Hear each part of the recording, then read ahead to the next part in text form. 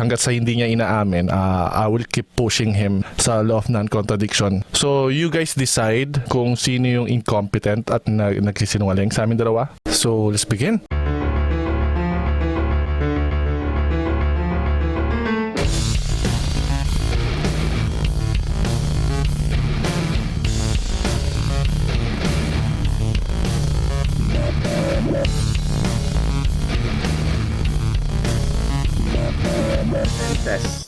Yun po yung title ng kanilang usapan ni Michael Machate and Pastor Nilo Del Mundo. At sa kabilang banda, ako po'y nagpapasalamat, ako po'y natutuwa. And sometimes we need to have a counterbalance para magkaroon po tayo ng panimbang, para makita po natin kung tama ba yan o mali ba yan. So ako po ay nagkaroon ng tinatawag nating excitement. Swear to God, lies go to hell.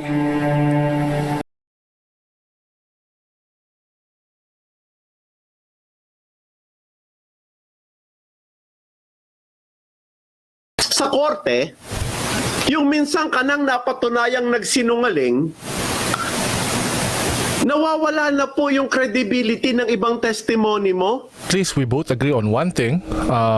Kahit di tayo nag-agree sa law of non-contradiction, we will see kung sino yung mali dyan. And you are also right na if I can prove na your understanding about law of non-contradiction is wrong, the rest ng sasabihin mo is with low credibility. Ito pa lang po ako. Wala po ako dun sa ibang mga pinag-uusapan nilang dalawa doon. Bakit? Alam nyo, mapatunayan mo lang na yung pangunawa nila mali. The rest are questionable na po. Hindi ko sinasabing mali yung ibang comment nila, pero questionable na po. How can I believe when sa pangunawa pa lang mali ka na? My apology, please. Do excuse me for not believing what you are saying, because once proven that your understanding of non-contradictions is wrong, it is inevitable that the rest of your statement is already questionable. Hanggat sa hindi niya inaamin, I will keep pushing him sa law of non-contradiction. So you guys decide kung sino yung incompetent at nagsisinungaling sa amin dalawa. Not even one they have proven in any way, in any sense, in any manner that my application of the law of non-contradiction was false or not correct.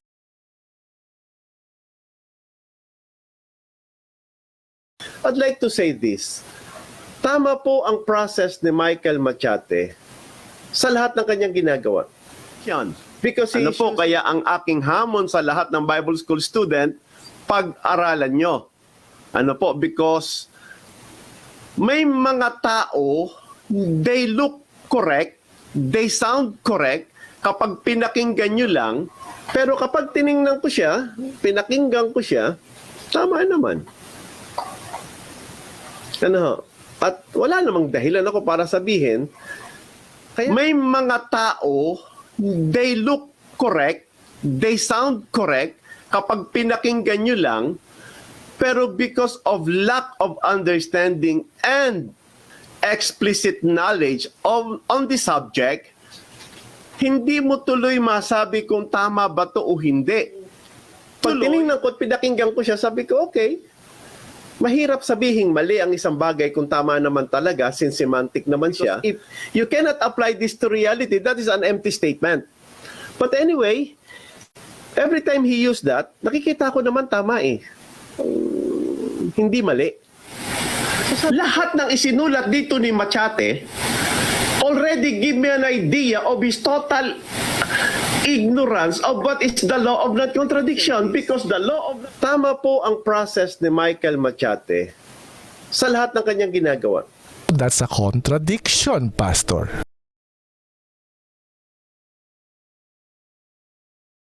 That's the beauty of truth, no?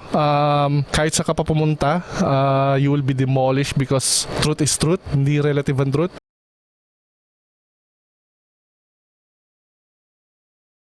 So ngayon mga kapatid, as I close, please, may pakiusap lang po ako. Doon pa nakakita ng mga nangyari sa amin ni Michael Machate, I'd like to say this. Tama po ang process ni Michael Machate sa lahat ng kanyang ginagawa. Because he is using that in a semantic manner. Tautology. Swear to God, lies go to hell. Kung mapapansin nyo po, naglagay po ako ng guidelines and those guidelines were copy-paste.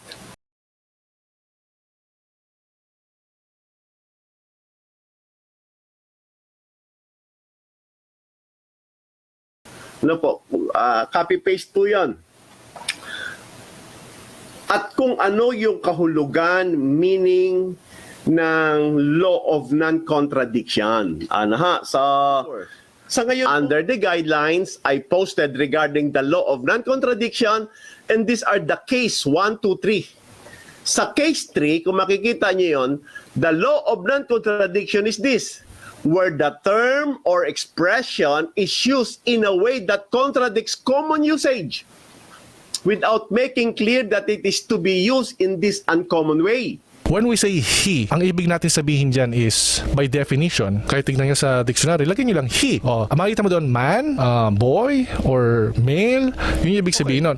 So, in that case, yung he is a man, that's necessarily true because of the semantic meaning of he and man. There's no problem there. But the problem is when he said, and woman. Okay, he is a man and he is a woman. So, meron na tayong contradiction sa what we mean by he and woman. So, dun pa lang sa analytically, that's a contradiction. We're done. Ayun yung pangatlong definition ni Pastor na law of non-contradiction na sinite niya rin. Not even one they have proven in any way, in any sense, in any manner that my application of the law of non-contradiction was false or not correct.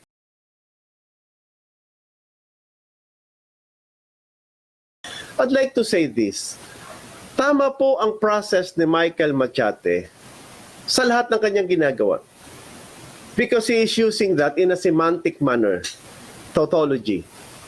So, kaya sabi ko nga, malaki din yung difference dahil Bible logic process ako at pragmatic analytic process ang approach ko.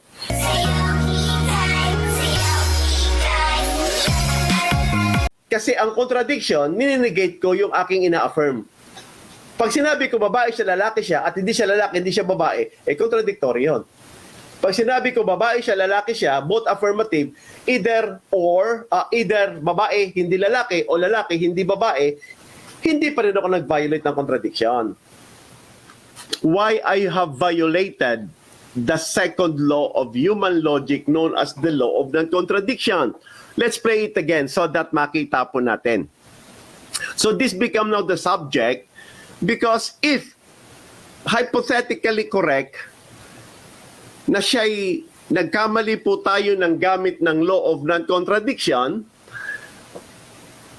he's trying to argue that the system we have established in our Bible logic is also wrong.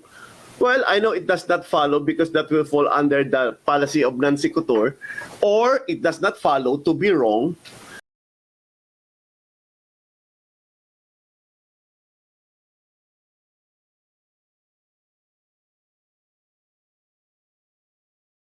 When example, pag sinabi mong tao, hindi mo na pwedeng sabihin hindi tao.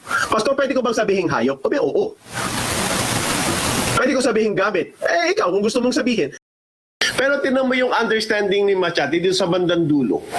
Ito ang kanyang contradictory statement. You think the only way for you to violate the law of non-contradiction is by stating the negation. That's absurd. That's a prescriptive law, not a descriptive law. The law of non-contradiction is a descriptive law. Sabi niya po, magiging contradiction daw po kapag sinabi niya na lalaki ka at hindi ka lalaki. That's true kasi kahit saan ka pumunta, formula yon, tama yon. I want to put that under scrutiny. Why? Because dito po ngayon, mailalagay namin ang isa't isa sa isang sitwasyon whether we claim to be correct or we claim to be knowledgeable, but the statement does not even prove or closer to what is correct as defined under the law of non-contradiction. So I'd like to dedicate this particular segment of our Bible logic to deepen our understanding, particularly in the most important subject of human logic, which is the second law known as the law of non-contradiction.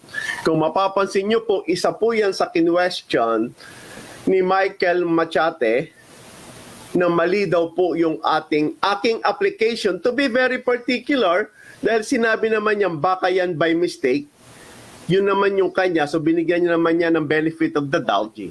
Na baka so, kaya sabi ko nga, malaki din yung difference dahil Bible logic process ako at pragmatic analytic process ang approach ko. And very particular, based sa kanilang video, ang tanging nakita ko lamang po that he categorically says mali ang application is on the process of human logic, which is the second law known as the law of non-contradiction. Bible logic process ako at pragmatic analytic process ang approach ko. So hindi niya kinoconsider yon. Swear to God, let's go to hell.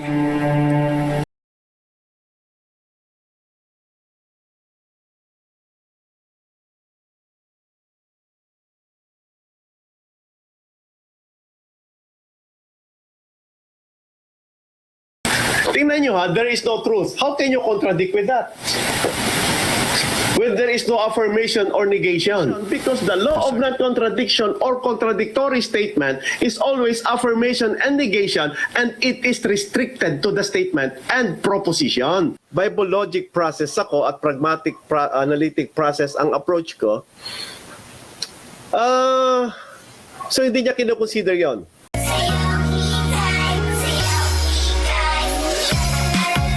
Kasi ang logic hindi lang siya basta statement, siya po ay applied to reality. Kaya ho siya prescriptive, applied to reality, because if you cannot apply this to reality, that is an empty statement. Again, first of all, I want to correct this. Even you use this. You don't even realize it. Kasi you keep saying sa mga videos mo na human logic is absolutely correct. First of all, the laws of logic are they're not process. Sa writing ni Aristotle is in metaphysics, not principle of logic. So metaphysics means it's about reality. So this is not inference. You keep conflating the two. Ang kanyang laging kinoconsider ay semantic. What word meaning means. Although, pag tinignan ko at pinakinggan ko siya, sabi ko, okay, mahirap sabihing mali ang isang bagay kung tama naman talaga, since semantic naman siya. Swear to God, let's go to hell. Lahat ng isinulat dito ni Machate already give me an idea of his total ignorance of what is the law of non-contradiction. Ang kanyang laging kinoconsider ay semantic. What word meaning means. Although, pag tinignan ko at pinakinggan ko siya, sabi ko, okay, mahirap sabihing mali ang isang bagay kung tama naman talaga, since semantic naman siya. Swear to God, let's go to hell. At the same time, kasi hindi lang ad hoc rescue yung ginagawa niya, no? He's moving the goalpost, no? So ngayon, yung target is nilalayo niya kasi sinatisfy ko na yung first 3 cases niya eh. Yung cases niya na binigay sa akin ng unang-unang definition ng law of non-contradiction. Ngayon, he's trying to move the goalpost. So, kasi pag hindi real yon, dapat walang word na bigender. That the bigender is no longer applicable to human. Yung pagsasabi ko ng he is man and he is a woman, hindi ko gusto kong i-explain, kaya lang lalawak ako doon.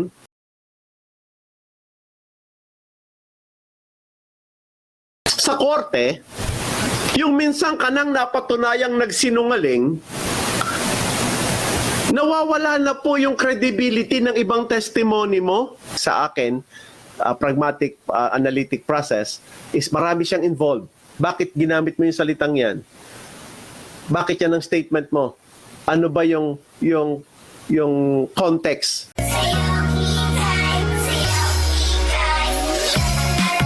part dito is, I forced Ptr Limbaga, sabi ko sa kanya, i-define mo kung ano yung ibig sabihin ng man and ng woman. Kasi pag dinefine mo yung term na man and woman, o lalaki o babae, makikita mo, it's either ipaprove mo yung point ko na nag-aalaw ka ng contradiction sa system mo, or there will be no contradiction kasi magkaiba yung meaning. And I'm wondering na kahit dito sa video ni Ptr Limbaga, hindi niya sinagot yun. At it's so weird dahil ang ginagamit niya ngayon is using ambiguity to actually cover his error. Well, you exploded. And that's the truth. You exploded.